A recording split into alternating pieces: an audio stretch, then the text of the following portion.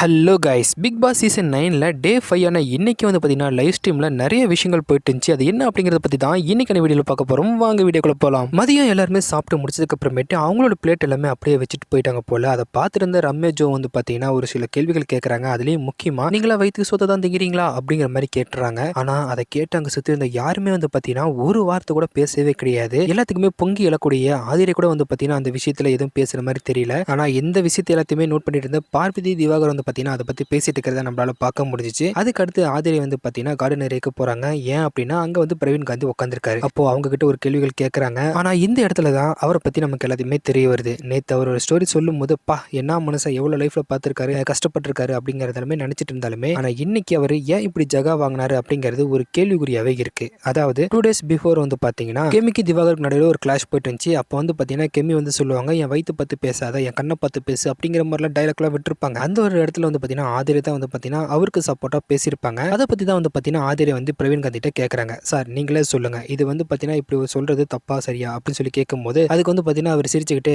ஏமா நீ கூட தான் அவரை பற்றி சொல்லியிருக்க, கண்ணை தவிர மற்றது எல்லாத்தையுமே பார்த்து பேசுகிறாரு அப்படின்னு சொல்லவும் உடனே வந்து பார்த்தீங்கன்னா சார் இதுக்கு பதில் சொல்லுங்கள் சார், இது வந்து கரெக்டாக தப்பா அப்படின்னு சொல்லி கேட்டுட்டு இருக்கிறாங்க. அதுக்கு வந்து பார்த்தீங்கன்னா அவர் வந்து சிரிச்சுக்கிட்டே தெரியுமா போமா போமா அப்படின்னு சொல்லி வந்து பார்த்தீங்கன்னா அவர் வந்து அந்த இடத்துல அது எஸ் ஆக தான் நினைக்கிறாரு. ஏன்னா இதை பற்றி ஏதாச்சும் ஒரு கருத்துக்கள் நம்ம சொல்கிறோம் அப்படின்னு சொன்னால் அது வந்து நமக்கு நெகட்டிவாக போயிருமோ அப்படிங்கிற ஒரு எண்ணம் அவருக்குள்ள இருக்கு. ஆதிரை கேட்டதுக்கு அவர் வந்து கரெக்டான பதில் சொல்லியிருந்திருக்கலாம். ஆனால் அந்த ஒரு மனுஷன் அப்படி எதுவுமே சொல்லவே இல்லை. அதுக்கப்புறம் டாஸ்க்கை பற்றி பேசுறதுக்காக எல்லாத்தையுமே லிவிங் ஏரியாவில் வந்து பார்த்தீங்கன்னா உட்கார சொல்கிறாங்க. அப்போ வந்து பார்த்தீங்கன்னா வியானா வந்து எனக்கு அர்ஜென்ட்டாக வருது அப்படின்னு சொல்லவும் சரி போயிட்டு வா அப்படின்னு சொல்லிட்டு போயிடுறாங்க. அதுக்கப்புறமேட்டு அதை பார்த்துட்டு இருந்த பார்வதி வந்து பார்த்தீங்கன்னா எனக்கும் வந்துடுது அப்படின்னு சொல்லிட்டு பேச ஆரம்பிக்க போகும்போது அவங்க கிளம்புறாங்க. அதை பார்த்துட்டு இருந்த கனியாக்காக்கு வந்து பார்த்தீங்கன்னா ரொம்பவே கோபம் ஆயிடுது. ஏங்க நேற்று இப்படி தான் பண்ணீங்க, பிரவீன்காந்த் சார் பேசும்போது இதே மாதிரி தான் பண்ணீங்க, இப்பயும் இப்படி தான் பண்ணிட்டுருக்கிறீங்க, ஏன் இந்த மாதிரி அட்டென்ஷனுக்காக பண்ணிட்டுருக்கிறீங்க, அது சுத்தமாக சரியில்லை அப்படிங்கிற மாதிரி வந்து சொல்கிறாங்க. யார் நான் பண்ணுற காரணம் அப்படிங்கிற மாதிரி வந்து பார்த்தீங்கன்னா பார்வதி வந்து கொந்தளிச்சிட்டு இருந்தாங்க. இப்படியே வந்து பார்த்தீங்கன்னா அவங்களுக்குள்ள கொஞ்சம் நேரம் போயிட்டு இருந்துச்சு. ஒரு கட்டத்தில் வந்து பார்த்தீங்கன்னா அவங்க 2 பேருமே காம் ஆயிட்டாங்க. அதுக்கப்புறம் வந்து பார்த்தீங்கன்னா கேப்டன்சி டாஸ்க் அதை தான் தலை டாஸ்க் அப்படின்னு சொல்லி மாற்றிட்டாங்க. அதில் வந்து பார்த்தீங்கன்னா ஆல்ரெடி 2 டாஸ்க் வந்து முடிஞ்சிருந்துச்சு. 3வது டாஸ்க் வந்து பார்த்தீங்கன்னா இன்றைக்கி வந்து கொடுத்துருந்தாங்க. அதாவது அந்த டாஸ்க்குக்காக வந்து பார்த்தீங்கன்னா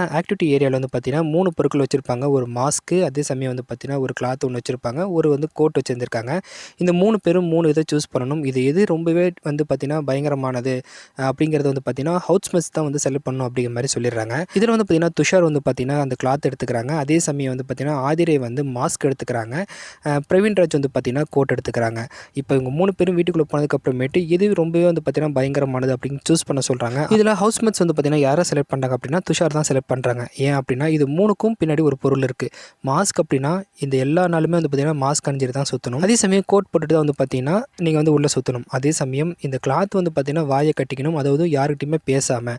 ஸோ அப்படி பார்க்கும்போது யார்கிட்டையுமே பேசாமல் இப்போ எப்படி இருக்க முடியும் அப்படிங்கிறதுனால இதுதான் வந்து பார்த்தீங்கன்னா இருக்கிறதுல ரொம்ப டஃப் அப்படின்னு சொல்லிட்டு யாரை செலக்ட் பண்ணுறாங்கன்னா துஷாரை செலக்ட் பண்ணுறாங்க. ஸோ அவர் தான் வந்து பார்த்தீங்கன்னா இனி வரக்கூடிய நாட்களில் வந்து தலைவராக இருக்க போகிறாரு. அதே சமயம் வந்து பார்த்தீங்கன்னா இந்த வாரம் யார் ரொம்ப ஒஸ்ட்டாக பர்ஃபார்ம் பண்ணாங்க அப்படிங்கிறத கண்டுபிடிச்சி ஜெயிலில் தூக்கி போடுவாங்க இல்லையா. ஆல்ரெடி இது மொதல் 2 நாட்களில் இந்த டாஸ்க்கை வச்சுருந்தாங்கன்னா கண்டிப்பாக திவாகர் தான் தூக்கி உள்ளே போட்டிருப்பாங்க. ஆனால் இதில் வந்து பார்த்தீங்கன்னா யாரை நீங்கள் வந்து ஒஸ்ட்டாக 2 பேர்த்த சொல்கிறீங்க அப்படின்னு கேட்கும்போது எல்லாருமே சொல்லிட்டு இருந்தாங்க. இதில் பெரும்பாலான ஓட்டுகள் யாருக்கு வந்துச்சு அப்படின்னு பார்த்தீங்கன்னா வியானா, வினோத் இவங்க 2 பேருக்கு தான் வந்திருக்கு. ஸோ அவங்க தான் வந்து பார்த்தீங்கன்னா இந்த வாரம் ஜெயிலில் இருக்கக்கூடிய நபர்களாக இருக்காங்க. ஸோ சரியான நபர்களை தான் அவங்க வந்து ஜெயிலுக்கு அனுப்பியிருக்காங்களா? உங்களுடைய கருத்தை சொல்லுங்கள். யார் வந்து ஜெயிலில் இருந்தால் தான் கரெக்டாக இருக்கும்? அதே சமயம் இந்த வார எவிக்ஷனில் யார் வெளியே போவாங்க அப்படின்னு நீங்கள் நினைக்கிறீங்க அப்படிங்கிற உங்களுடைய கருத்துக்களை மறக்காமல் கீழே இருக்கக்கூடிய கமெண்ட் செக்ஷனில் சொல்லுங்கள். மீண்டும் உங்களை அடுத்த ஒரு வீடியோவை சந்திக்கிறேன். Stay with us. வரட்டா.